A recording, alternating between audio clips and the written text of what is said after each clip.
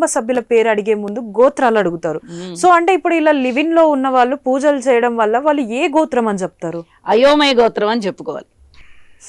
పెళ్లి అయితే భర్త గోత్రం చెప్తారు, పెళ్లి కాకపోతే తల్లి గారి గోత్రం చెప్పుకోవాలి. అంటే తల్లి తండ్రి ఇంటి పేరు ఏదైతే ఉందో ఆ గోత్రం చెప్పుకోవాలి. ఇప్పుడు వీళ్ళు ఏ గోత్రం చెప్పుకుంటారు? అటు పెళ్లి కాలేదు కాబట్టి, పెళ్లి అయిందా? కాలేదు కాబట్టి భర్త పేరు భర్త గోత్రం చెప్పడానికి లేదు. మరి లివిన్ లో ఉన్న లాంటి వాడిని పక్కన కూర్చోబెట్టుకుంది కదా. అదే మరి కన్ఫ్యూజన్ ఉన్న రిలేషన్లన్నీ ఎందుకు? యువత ఆలోచించాలి. యువత ఖచ్చితంగా ఆలోచించాలి. వెర్రి తలలు వేస్తున్నారు అనే దానికి ఒక పరాకాష్ట అన్నమాట ఈ వరలక్ష్మి వ్రతం. ఏమి ప్రయోజనం ఏమన్నా ఉంటుందా? అమ్మవారు ఎలాంటి వాళ్ళని కరుణిస్తుంది? చారుమతి లాంటి వాళ్ళని కరుణిస్తుంది. చారుమతిలో ఎన్ని లక్షణాలు, గొప్ప లక్షణాలు ఉన్నాయి.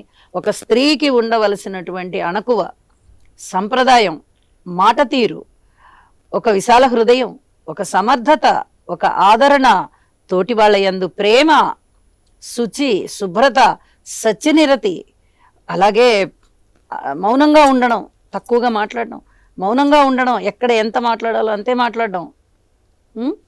మరి ఇన్ని లక్షణాలతో ఉన్నటువంటి స్త్రీని కదా అమ్మవారు కరుణించింది. ప్రతి స్త్రీ కూడా అలా ఉండాలని కదా. మరి ఇక్కడ పూజ చేసుకుంటున్నటువంటి స్త్రీ ఆ లక్షణాలని కోరుకుంటోందా? ఆ లక్షణాలని నేను కూడా ఇలా ఉండాలి, ఇలా పూజ చేసుకోవాలి, అప్పుడు మాత్రమే నాకు సౌభాగ్య సిద్ధి కలుగుతుంది లేదా ఐశ్వర్య సిద్ధి కలుగుతుంది అని అనుకుంటోందా? కేవలం ఆడంబరంగా అనిపిస్తోంది. నియంతృత్వంతో ప్రజా ఉద్యమాలను ఆపగలరా? బెదిరింపులతో ప్రజా గొంతుకును నొక్కగలరా? తెలుగువారి మనస్సాక్షి సాక్షి టీవీ.